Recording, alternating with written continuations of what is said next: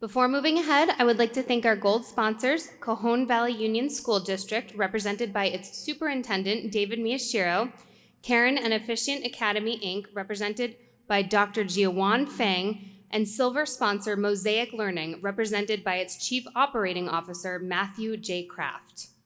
Without taking much of your time, I'd now like to introduce you all to our next panel discussion, which is on the topic Education, Sustainability, and Society, Interrelation and Challenges.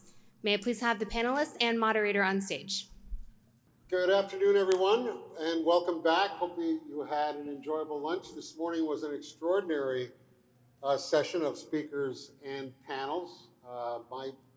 My head exploded 4 or 5 times, which is always a good sign. For this panel today, we're talking about education, sustainability, and society, interrelation, and challenges. This is a broad topic, but can be a very specific topic as well. The panel today is going to start with 2 questions, and we would like to open those questions and the concepts contained within to this entire audience today. So we're going to ask you at some point, invite you to step forward and also give us your thoughts regarding this incredibly important and very topical subject. Before we begin, I would like to invite all of the panelists to introduce themselves, please, if you don't mind. Go ahead. Good afternoon. Dr. Shawn Dilly. I'm the Director General of Emirates National Schools in the United Arab Emirates. I'm also owner of Stewards of Tomorrow, LLC, and also a recent author of a book, The Schools for This Century and Beyond. So excited about sharing some of that information with you all today. Thank you, Shawn. Laura? Hi, my name is Dr. Laura Villaflor. I've been a K through 12 educator for over 20 years and have moved into the private world.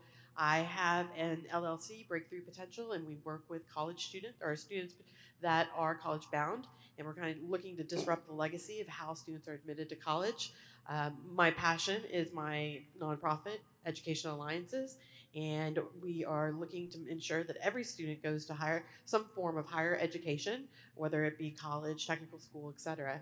And we ensure that we are looking at more work-based, skill-based learning in order to achieve a financially sustainable future.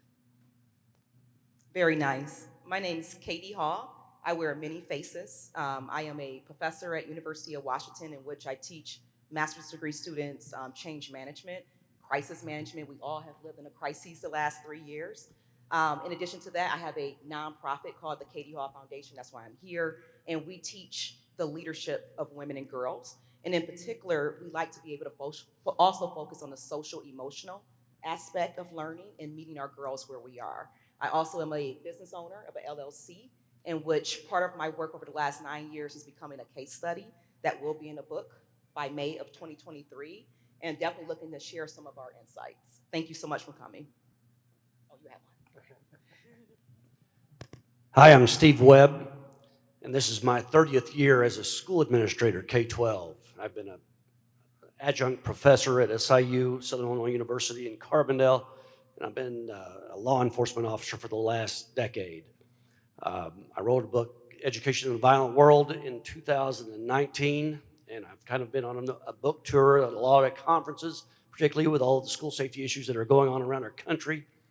And post that, I started Safe School Systems, an LLC, to help provide violence prevention training and not just response. Hi, I'm Cyrus, Boga. I run a nonprofit where we cater to social entrepreneurs, young social entrepreneurs. These are kids who want to make a difference in the world, but don't have the skills or the tools or the knowledge very often, because school doesn't give them that. And very often we also provide them the capital to do that.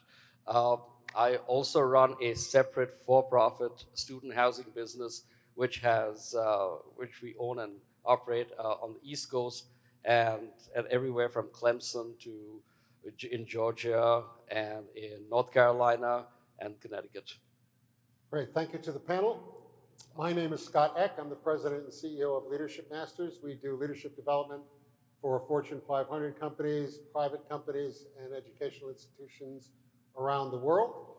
And it's a pleasure and an honor to be here with all of you today. So let's dive right in.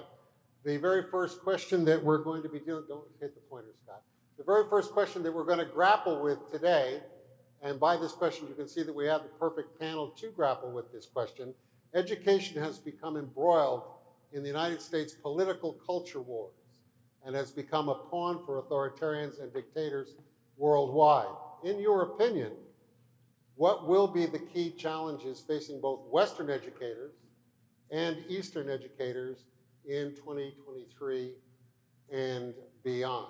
All of you that are familiar with the data and statistics regarding the attacks on education in the United States are aware of the attacks on school boards, on teachers, on books, etc.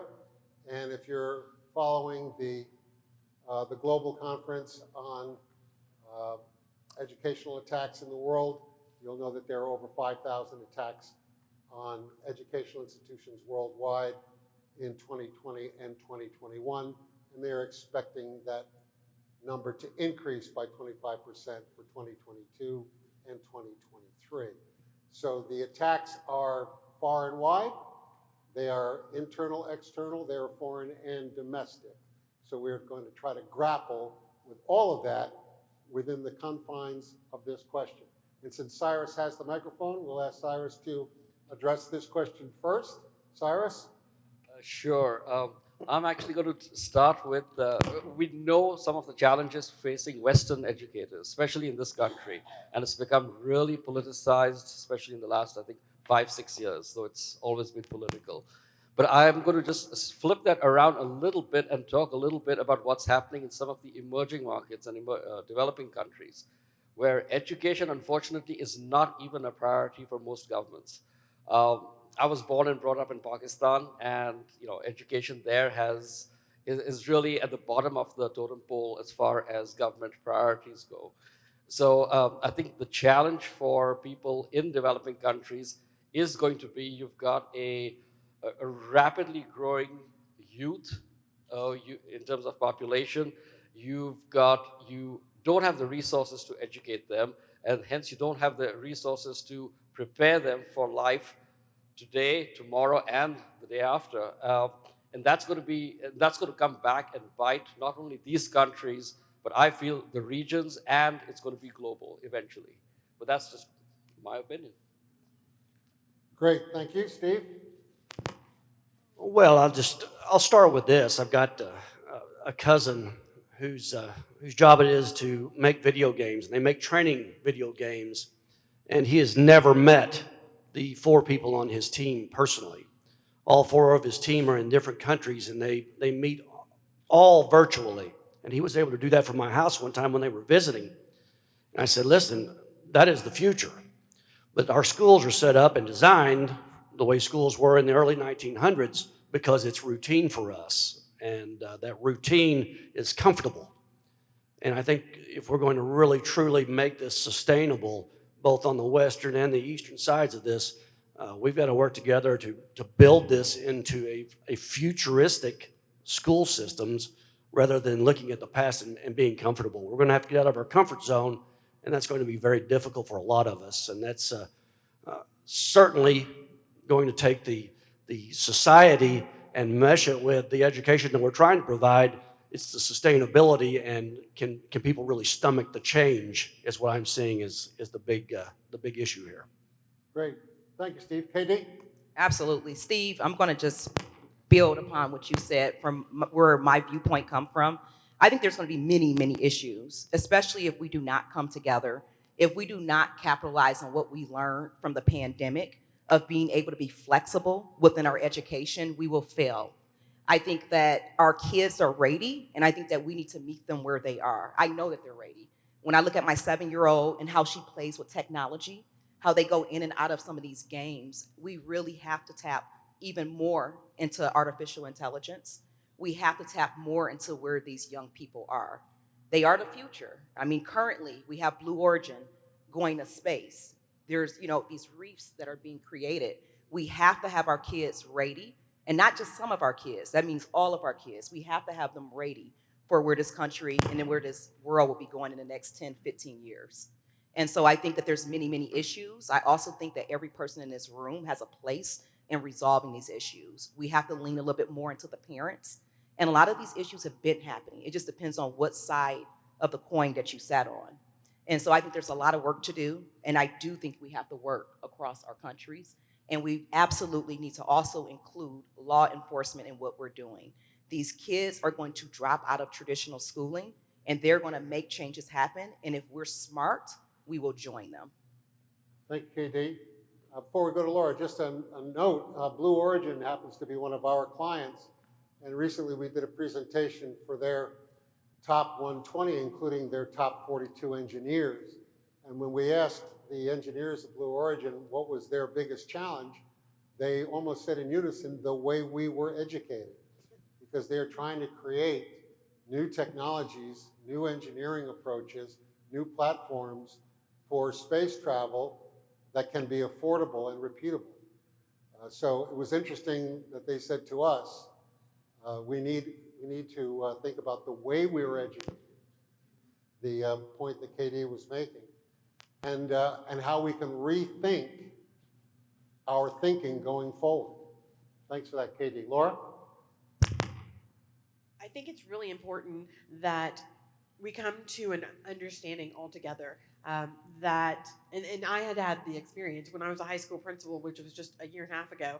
What I realized was significant change within education was never going to happen within the system because you're too bogged down with the politics that occur within. And so what I did was I stepped out.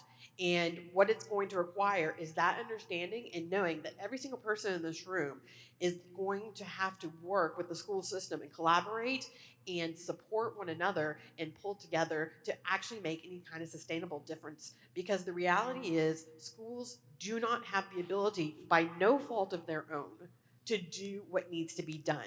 We're looking at more kids coming into schools that require more needs, they require more individual attention, and we're seeing lower budgets, we're seeing smaller staffs, and why? And then we're looking at lower money because of test scores.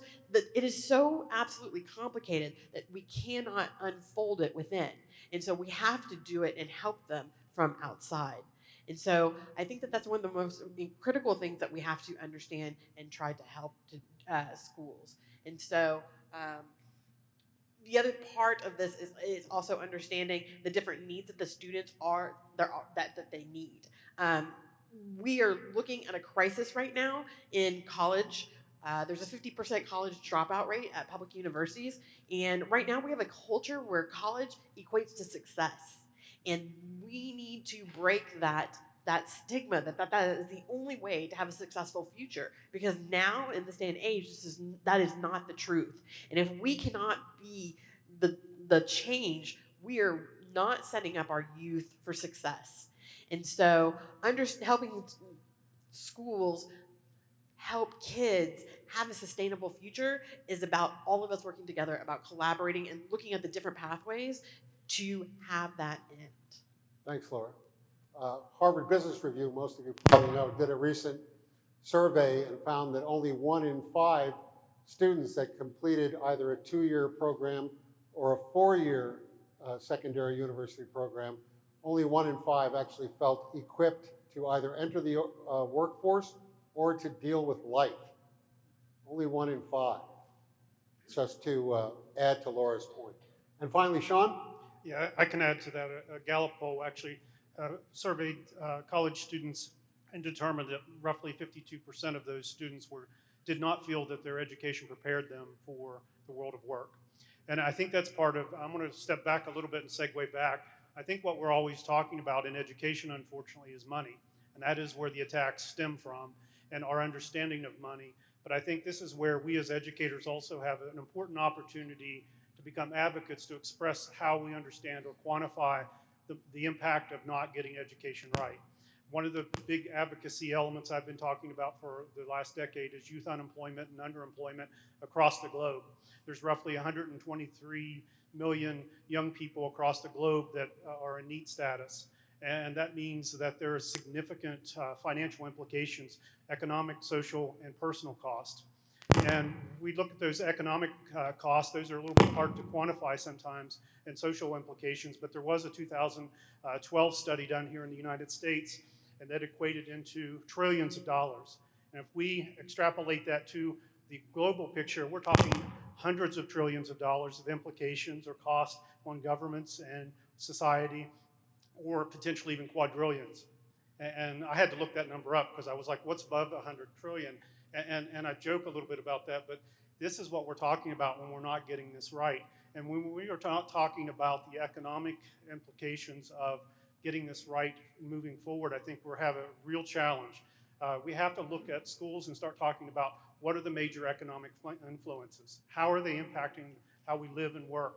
And these folks are absolutely right. I agree with them. I'm talking a little bit larger scope picture in the global spectrum, but we're investing so much money, and this is where politicians, I spent 21 years before I chose to go to the UAE and the state of West Virginia, one of the most highly regulated systems in the United States, because everything comes out of the legislature.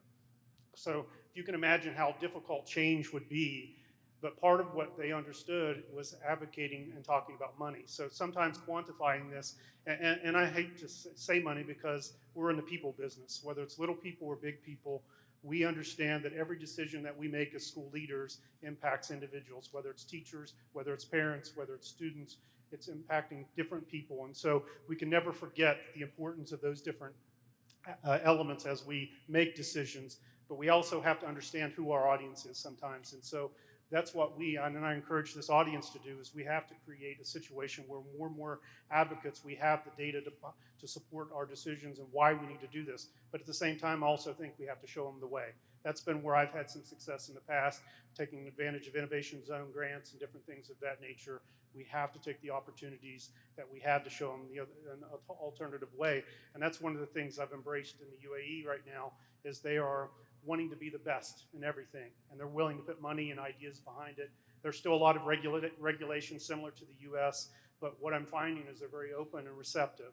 And so I'm hoping we can build a path over there that shows an alternative way that we can use to help this across the globe, because what I see is there are bright spots here and there throughout the US and throughout the world, but it's not pervasive. And we need a pervasive model shift, because and I'll shut up here in just a moment, but on the forefront, and I'll just explain it this way, there's this tsunami of exponential change coming, not 10 years down the road, in just a few years. When you're looking at what's happening in the economy right now and and the challenges for young people, we have to change now. We don't have this. We have to really understand the sense of urgency to make this shift right now. So I'm going to, excuse me, I'm going to pick up on Shawn's challenge. And in a moment, I'm going to challenge each one of these panelists to tell us what they plan to do themselves, what they're going to commit to, what action they're going to take, what they must do, not what they should do, but what they must do in order to help address some part of the issue that each one of them is clearly, passionately devoted to changing. But before I do, we would like to invite members of the audience to step forward and share your ideas about what you see as is happening in the world, whether it be the attacks. I hope that's not me, guys. I'm trying to stay as calm as I can. Oh, is that it? Thank you. I'll step over here then. I'm going to come right over here and talk next to this nice lady, because she knows what's going on. Oh, now it's much better. So I'll stay with you the whole rest of the time. Hold my hand, please. Okay, very good. Yeah, so we live in a world of uncertainty. There are wars overseas. There are political arguments, both domestically and internationally. There's a lack of trust in our institutions, both financial and educational. And the people that pay the price for all of this is our children and their futures. That's what's paying the price. That is what's paying the price. And as Shawn pointed out, there is so much massive uncertainty right now that there is going to be a massive amount of change that follows that uncertainty. We saw it in 2001 after 9/11. We saw it after the global financial crisis in 2008. We are feeling it now post-COVID, or actually we're still in COVID, if you will. So what thoughts do you have? Come forward, please. Step forward, miss. right to the microphone. And the amazing AV guys, who we're going to give a massive round of applause afterwards, have asked that you speak right into the mic because we're recording Right this. into the mic. Right into the mic. Your thoughts? Hi, I'm Dr. Sonia Toledo, and I don't even know where to start. I just appreciate a conference that is allowing us to have this dialogue. My biggest concern is that the problem is so big that we're going in different directions to try to solve it.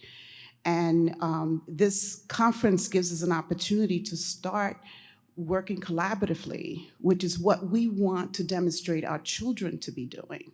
That's how we learn. So my biggest thing is implementation. How do we then apply all of these strategies that we're talking about in this massive institutional nightmare that we're in? Big problems, big questions. Shawn? Yes, I think it's an important topic, and I think some of the challenge that we have is we have an unclear future. I think it was the World Economic Forum reported in 2019, 65% of students entering primary school are entering a career that doesn't currently exist. So how do we prepare them? And some of that work is trying to identify specifically what are the key skills and knowledge that are necessary looking forward. And part of the challenge I see is our assessment models don't cover a lot of those particular needs. And so Yeah. part of what we have to do is advocate for changes in those accountability models because we know accountability is not going to fade away. And so part of that is also starting with the why. Part of what I've been working on right now in my current system is helping teachers understand why we need to make these changes.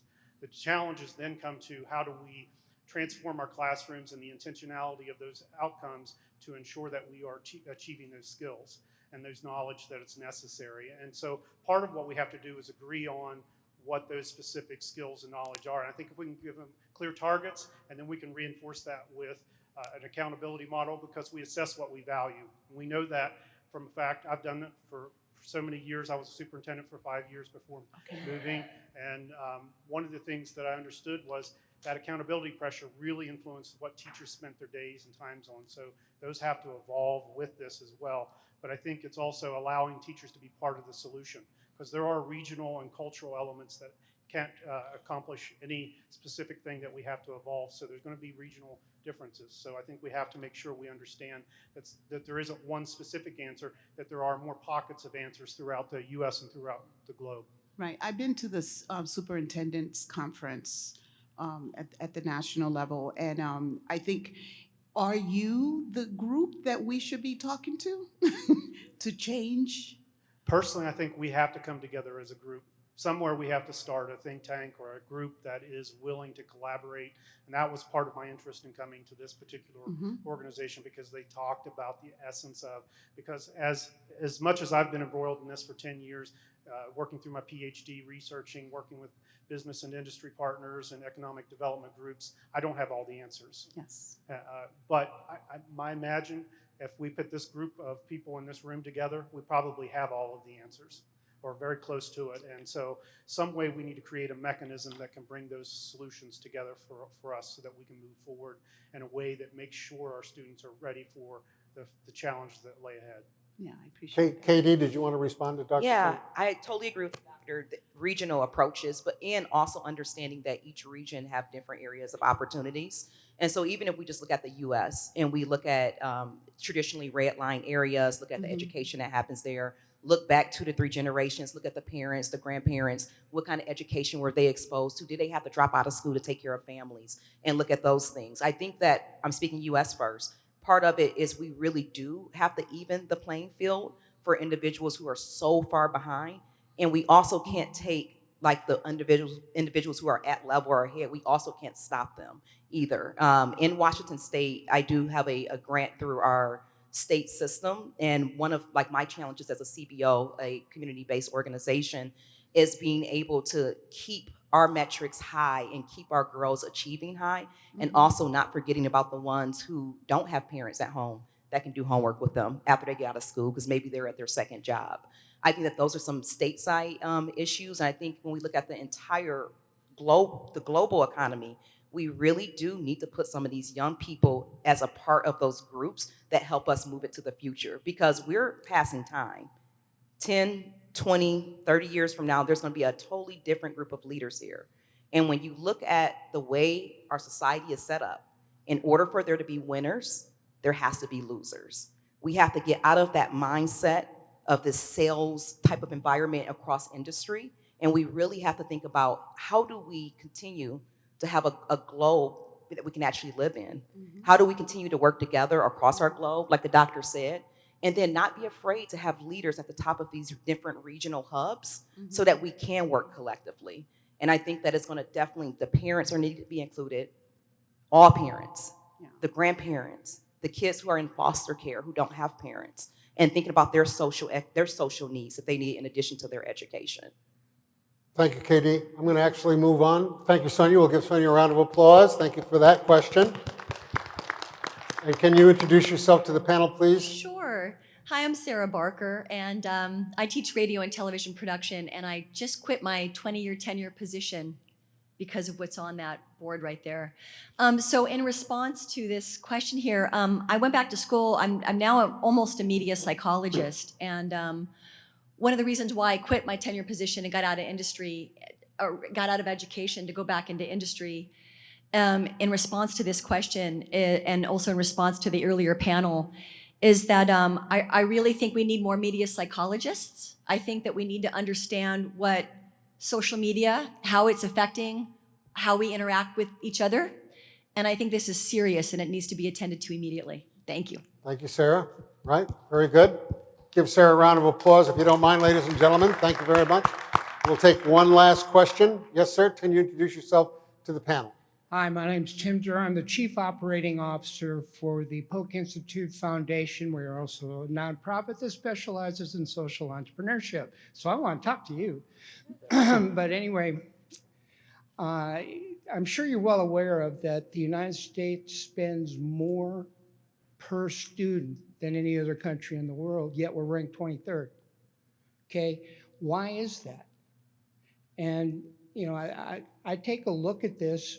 I'm retired Air Force, so I've lived in a bureaucracy, government bureaucracy on the federal level. I've lived on a government bureaucracy at the state level because I also retired as a 20 years high school teacher, okay? And now I work for Polk. And it seems to me, because you know, we run our institute basically on a very flat management schedule, very flat. You talk about education today, and you take a look at superintendents that are getting $450,000 a year, plus having an automobile provided for them, a house provided for them. Why? We had, and I'm bringing this up because I taught at Hawthorne Math and Science Academy in Hawthorne, California, in Lawndale, right next door. They could not buy textbooks, and the parents demanded a meeting basically with the principal and staff to explain why they couldn't buy textbooks. And that's when it came out that the superintendent of that high school district was getting $450,000 a year. Why? And the thing is, I don't want to offend superintendents, because I'm sure there's a lot of them that get paid a lot less. However, what can we do to flatten the bureaucracy? What can we do to make school districts a lot more efficient and run on a much flatter management plane so that teachers do get more money? Resources are made available to them because you know, they need to transition to what's going on with AI and all the rest of the things that are going on now. So my question is basically, short story long or short question long, is how do we trim the bureaucracy? How do we get efficiency experts to come in and basically start whacking positions that are not needed that are getting six figures? I would say personally, The whole entire finance system, and I'm going to speak specifically for Texas because that's where I live and that's what I know, but looking at how schools are financed is going to be the primary problem. It's really a huge domino effect. In Texas, we are districts are supplied their finances and they get their funds through property taxes. So you want to attract people into your area that are going to achieve good scores. So to achieve good scores, you're going to get more money. To attract that, you have to have leaders that are going to promise those results. So to get those leaders, you have to pay them more money. So it's all I mean, you always have to follow what the dollar is doing and what it's and where it's coming from and why it's getting there. And if you look at that, those are some of the fundamental problems. Is that it's going back to the government. And I will go back and say it's the state government and its entanglement in education. They're a group of people that most of them don't have the knowledge other than I went through education, and unfortunately that does not qualify you to make the decisions in education because they're so much more complex. And so I think there are just too many players. The financial system and the way schools are financed is flawed, and the local decision making is making it very imbalanced. Thank you, Jim. We'll give Jim a round of applause, and we're going to start with, yep, give him a nice round of applause. So then what can we do? What can we do as individuals? What commitment can we make today, right now? What must we do just within our own sphere of influence in order to start making this incremental change? Because this situation did not occur overnight. We've been building this situation, educational situation that we find ourselves in for almost 200 years. So it's going to take some time, but we're going to have to do it one human transaction at a time. Cyrus, what can you commit to today? A lot of things, but just give me one. As far as what one can do, I think we need to have more and different alternative school systems out there. Because I think someone on the panel, maybe it was Laura, mentioned that working within the system right now is almost impossible, right? So I think setting up different kinds of academic institutions, and I prefer to think of them as life institutions because, academics is one part of things and getting people ready for careers or jobs is one part of things. You have to look at it holistically. So I think we do need much more multidisciplinary institutions where the person is focused on, the child is focused on at the personal level, professionally, you're getting them ready. And there's also a civic component to that, right? You're getting them ready to be members of society, which a lot of our institutions don't do today. So I think you need institutions, and here's what I'm involved in and we are doing is trying to create those kind of institutions where people can flourish holistically as opposed to just in certain areas. Thank you, Cyrus. Steve, what are you going to do starting today? Well, listen, I mean, it's not started today. There's a lot of great minds out there that's been working on this, and I go back to the routine. There'll always be a new iPhone. There'll always be a new and faster internet. There'll always be kids that walk into that school that will have that newest internet, that will have that newest iPhone, and there'll be kids in that same classroom that doesn't even have a phone, doesn't have internet at the house, and may not even have power at the house, and are being raised by their grandparents. So we're taking these kids, and in public education, we are the melting pot of complete control of society. When you put these kids in the classroom and you expect them to all learn at the same pace, you expect them to learn in the same comfort, and they're not. As a law enforcement officer, I deal with kids and families in their worst 10 minutes. As an educator, I want to deal with them in their best 10 minutes. But I can't do it because of that bureaucracy we keep talking about. The amount of standardizing our kids is out of control. You talk about being 23rd in the nation, I'm sure in test scores, but we're number one in entrepreneurship. Where does that come from? Because in our stretched school day of packing kids into classrooms, we don't have that much time to be able to talk about entrepreneurship and problem solving because we've got so many other state standards that we have to adhere to because politicians legislated it. So where is the control really in our school facilities? And if you want to start talking about a change, it's got to be a global change. It doesn't have to be just a community, because you're going to have 7 board members or whatever your state has. You got 7 board members sitting there that went through that school system or went through a public school system probably, and they remember that and they think they got a great education, and they don't want that to change. They want that sustainability to be the way it was when they were there. It's our jobs as leaders to walk in and say, there is a better world out there. There is a new iPhone coming out. We need to teach these kids how to be able to use that information and use it to make their lives better, and not just sit there in our routine and in our comfort. And that's going to take a lot of will. And I know we've got a lot of great minds up here that have that will, and I'm so glad to see them here. Thank you, KD. KD, you're next. Yeah, I totally agree. I think we're going to be working together. I really do. There's so much that we can do, like everyone has said, and I'm sure they're going to probably say something similar. I think that the one thing for sure is the community-based organizations. We need to be more involved in the schools. And I know personally, one of the things I'm doing as part of our next 5 years of our strategic plan is to involve the parents more into our programming. We have a competency-based learning module that we have for our girls that have been tested. And the thing that's very unique about it, it was created through our girls. We started out working with women. The women created a program for college students, and the college girls then rolled down and created a program that's not just about mentorship, but it's about leadership as well as education. We also look at what's happening with them from a social, emotional standpoint too, and those girls that we see that are really having issues speaking, we also tailor our trainings to them in particular so that they don't feel left out. They're still a part of the big group, but we also meet them where they are. I think parents are vital to education. We have a lot of mothers that have to stay at home, and we saw that number increase, and fathers. Let me not leave the men out, because the men are out here doing their thing too. But they had to stay at home. Why can't we have some funding to be able to hire some of those stay-at-home mothers to come into the schools to help out with some of that social, emotional stuff? Most of our kids now have something happening with them. If it's not sensory, it's autism. If it's not autism, it's ADHD and ADD. Some of those grandmothers that are sitting at home, imagine if we gave them a stipend to go into schools and love on these kids through all their experience. And so that's part of what the Katie Hall Foundation is doing. And I think to take it to the next level, we need real partners to be able to partner with, not just with your money, but with your time and your heart. Thank you, KD. Laura?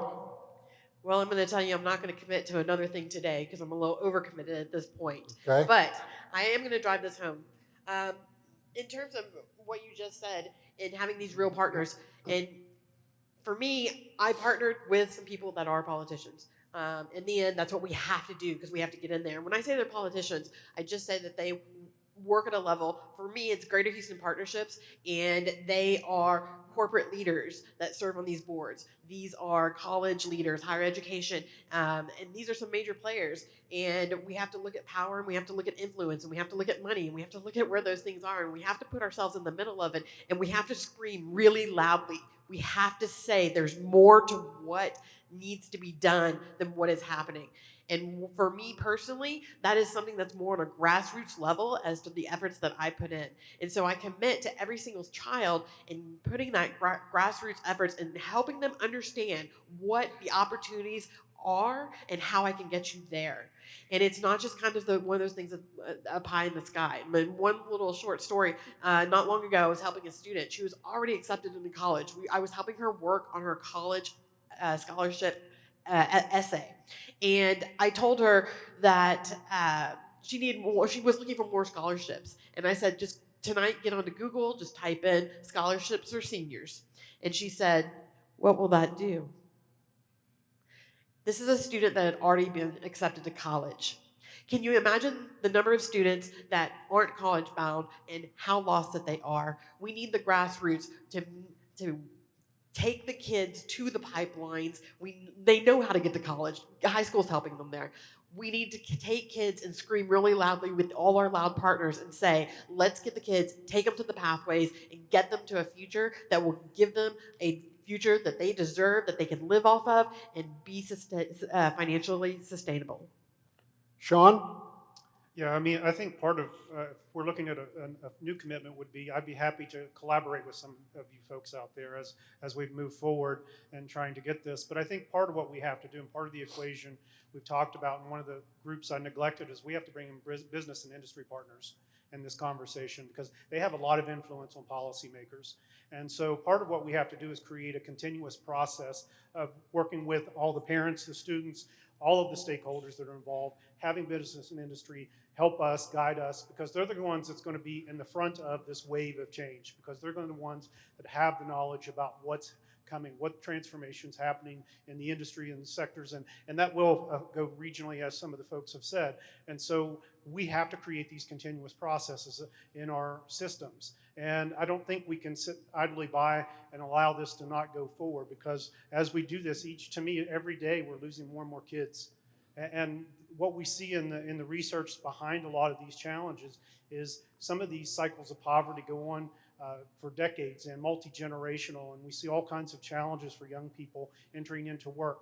Prior to the pandemic, it was indicated that 3 times is more difficult to enter into the world of work for young people. That was before the pandemic. And the reason I say before the pandemic, because we know when the research around the Great Recession, as well as the initial pandemic research shows, young people have the most difficult opportunities when it comes forward. And you can break that down into different demographics as well, but you can see it globally, no matter where you go to. So part of what we have to do is really advocate for our young people.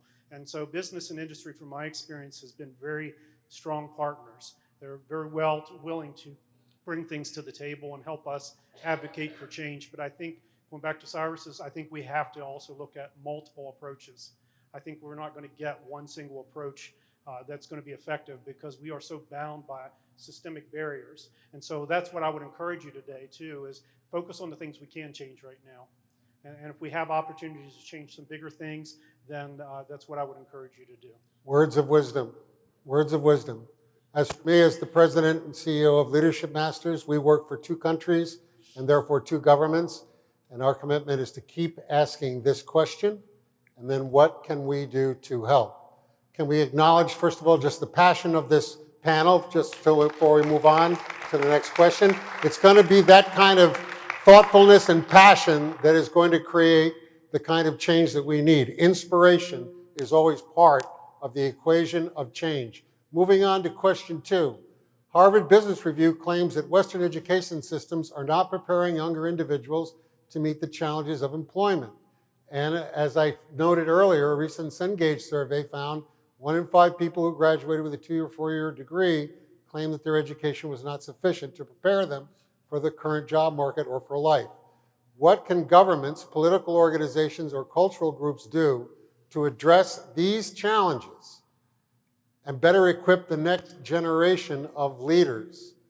What can we do to address these challenges and better equip the next generation to lead? And we'll start at the other end. We'll start with Shawn. It's time, Shawn. Sure, yeah, and just as I've shared a little bit earlier in some of the other comments I've made, there's mounting evidence that schools are not preparing students adequately for the world of work, and that's globally. And unfortunately, what we're seeing is that spectrum is growing rather than getting closer to meeting the needs of students. And so we have to start reaching out more, I think, to our different stakeholder groups, our different organizations, different business and industry partners, to try to make sure that we are getting the right targets for our young people.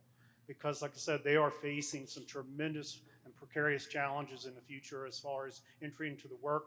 As the work environment changes, we're talking about flexible working environments, competing with the challenges of urbanization, globalization, political uncertainty, and you can go right down the economic forces list of all of these challenges. And most schools aren't even talking about what that means and how students have to be prepared for those realities.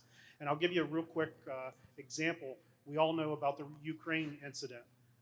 All of us in this room were affected by that situation economically or in some other fashion. So something that doesn't happen just in our own neighborhood can affect us.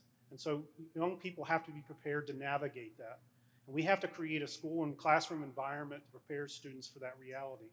And that's going to be a tremendous challenge, because we're nowhere close to that. what we've heard from our other panelists about the fact that we're seeing too much sage on the stage, as it's sometimes referred to, where the teacher's just delivering content. That's not the reality, young people. We cannot keep leaving schools just teaching memorization and process. It has to be application and context. And I heard social entrepreneurship. I'm a huge proponent of that. Entrepreneurship, initiative, all of those elements have to be part of what we are embedding in our intentionality or our goals for our students as they graduate. I don't think our curriculum is bad. I think our goals for our curriculum is bad. I think they're misguided, and some where we have to kind of refocus those things. And part of that's me taking what we have control to ability to change in our own organizations. So sometimes just refocusing those efforts to things that we can change is where we can make a tremendous difference and show a path towards where we can get larger changes down the road. Yeah, all about outcomes. Laura? In looking at why students are not prepared when they leave school, there's so many facets to that. And one of the things I'm going to begin with is saying is going to defending our teachers. Number one, our teachers, if you're in education, you know how hard teachers work. And at some point, we have to start defending our teachers and we have to start standing up for them. They should not have to explain why your child who did not turn in their homework should not get an A in the course. They're having to defend themselves to parents. Their principals, unfortunately, are oftentimes unable to support them because the role of the principalship has become a political position. If you are not liked, you will get pushed out, period. And I know this. I've seen it. And this is part of the problem. And we're seeing inflated grades. These are why kids are not prepared. There are just so many different elements of this. Secondly, apathy. Student apathy is a growing problem. Once upon a time, I didn't turn in my homework. I was nervous and just wanted to throw up the one time. Kids right now don't care. They don't care. And it's a whole different level of not caring. And so we have to address that. And we have to ask ourselves, why don't kids care? They don't care because they don't understand the purpose of this education. It's because the purpose of, or what is happening in education right now is so antiquated compared to what we are preparing them for, which, as was already said, it doesn't even exist right now. So trying to find purpose is one of the most important critical parts of improving education right now. And one of those, again, is I go back to skill-based learning and looking at careers first. I want to bring careers into students' lives at an earlier age. In 8th grade, I start helping kids figure out, what are you good at? What are you interested in? You don't have to say, I'm going to do this. I'm going to be this kind of engineer. This is what. No. But in the 8th grade, well, I mean, I knew in elementary school I wanted to be in education. But in the 8th grade, you know, oh, I'm really bad at math. I'm not going to be an engineer. You have some sort of idea. And once we put that focus onto something, the work that I've done with a lot of students, we really just expand on that. And then we give them rich opportunities and bring these opportunities to them because, again, they cannot Google them and find them themselves. Bringing these opportunities to them, work and earn and learn experiences. So they're actually getting into internships, volunteering, doing that volunteering within the streaks of their areas and things that they're interested in, getting them hands-on experience. Those are the kinds of things that are going to enrich their lives, and it's going to create more meaning. And picking classes that are congruent with their interests. And again, we have to look at the fact that what's interfering with those things, politics, state testing that really is fact-based, and you have to remember, you know, what specific time period. No, that's not. And yet we're sitting there saying, they need to be learning how to think, yet they're being tested on, you know, what date did this happen. So we have to look at the incongruencies. We need to support our teachers. We need to change the way the money is financed. And again, it's so complex and it's so big. It can't happen within. So it's all of us that have to work together and align ourselves with each other into partnerships to help schools. Thank you, Laura. KD? I love that. Yep, give I her a love it, round. yeah. Yep, that deserves it.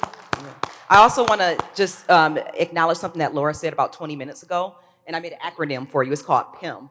Power, influence, money, or monetary, however you want to look at it. I think that that's very important, and we all should be talking about that. I also want to acknowledge the doc earlier when he mentioned about industry partners. I think that that is so important as you think about education. When you look at the kids, a lot of them are either very tactile or they're very electronic right now. They care about the technology. And we really do truly have to meet them where they are, Competency-based learning is what a lot of CBOs, at least in the state of Washington, we're able to offer that because we're not in the schools. And I like something you said as well about us taking care of those teachers. I think one of the gaps is when the CBOs come into the schools, we do need to have a teacher lead working with us so that we can make sure that we're working across the line and it becomes more of a partnership. And when us CBOs, if we get $1 million and we're going to a school, maybe that's something that we can pay the teachers a little bit to be able to partner with us to keep our programs going, keep money circulating within the system. And since we are achievers, and it'll probably take about 100, 200 years for us to stop that, since we are achievers, then those high achieving teachers that need more, now they have a way of being able to get more funding to be able to up their salaries. It's so much that we can do across the board, but one of the things that we are missing is competency-based learning within our education systems. And just one more piece, I got 20 more seconds, I promise I'll pass the mic. When I came from a Detroit public school, and I just hit 40 about 90 days ago, and I'm so happy my eldest sister is sitting here with me. She is. No, hey, honey, she's a bad one. Because of the fact that she sits here, all of the younger siblings, it was 6 of us, we were able to learn through her, and I think that's so important of all of the people in the household that also helps your education. If it wasn't for her doing the things that she did, none of us would have the type of education that we have today. Absolutely. And so we have people in our families that are very supportive, and it's very, very important that we include people, but we are failing if we do not start letting people act. I was a 2.7 student, and I remember being told, you are not going to college. And I remember going over to the smart kids counselor in 10th grade, and I said, listen, they told me I'm not going to college because I'm in the side of the school where the kids are considered dumb. I'm not dumb. It's just hard for me to sit down. Can you work with me? He worked with me, and I got into a 4-year university. And that was a big change for me in my confidence. Thank you, KD. Yep, you can acknowledge her by all means. Steve? Wow, I can't hardly top those, but I'll just start with this. We need to stop standardizing our kids and start energizing them. Start understanding their lives. Start understanding that the baggage they're walking into our school doors with, and acknowledge that. Every kid deserves to have a good morning. Every kid deserves to have somebody in their corner. I interviewed a community member whenever I went to Parkland, a community member of Marjorie Stoneman Douglas, whenever I was researching for my book. And like almost every community that I went to, I asked them, what is your thoughts about what happened in this community? And of course he said, I can't believe it happened here. I can't believe it happened here. And I said, why not? I mean, this is a common thing that I hear everywhere I go. He said, because these are the rich kids. This is the rich kids' school. You see, his kid, it's a divorced family, and his son lives with his wife in a neighboring community. He said, it should have been my son's school. That's where they have stabbings. That's where they have violence. That's where they have, the bad kids go. That's the poor kids. These are the rich kids. We can't believe it happened to the rich kids. That whole rich kid, poor kid thing is communities saying that. That's why they couldn't believe that. I think until we start understanding that our public schools, particularly our public schools, are standardizing our kids to the point where our teachers are so stressed, where they're leaving the position in droves. We can't hardly find teachers anymore because we're messing with their pensions and making it to where they have to work until they're 70 years old before they can accrue any type of pension. We're our worst enemy. We're our worst enemy because we sit back, because we're educated, we're nice, we don't want to get into this political fray, and then we allow this to occur to our education, and we say, why can't we find a qualified teacher? Why can't we find a good teacher whenever you have 3 that apply or 0 that apply? I've got several districts around me. I'm in the middle of the Shawnee National Forest. In the Shawnee National Forest, obviously, we were social distancing before it was all cool because we don't have people down there. We've got schools, can't find teachers, 0 teachers. So who they're putting in the classroom? Anybody with a heartbeat. And then we wonder, what's going on with their test scores? What's going on putting people in those classrooms like that are not qualified because we have no better choice? That's the position that we've put ourselves in. And when we say they're not prepared, we are preparing them. We're preparing them to see that we as a society can't get it together and understand our issues to the point to where we go in and actually fix it. Sit in a room and fix it. I sat in with the United States Department of Education Secretary, and he said over and over again, we're going to fix IDEA funding because we know that's a burden on our schools. They guaranteed us 40% funding for special education. 40%, you know where we're at? At about 14%. So it's on us to come up with the rest of that funding. He knows it's a burden. They still can't fix it at the federal level, but they expect us to go to a local level in the middle of the Shawnee National Forest and be able to find teachers that are high quality, high energy, ready to roll, that have to work till they're 70 years old. We're doing it to ourselves, and I know I talked too long on this, and I've said it before. We need to stop standardizing them, start energizing them.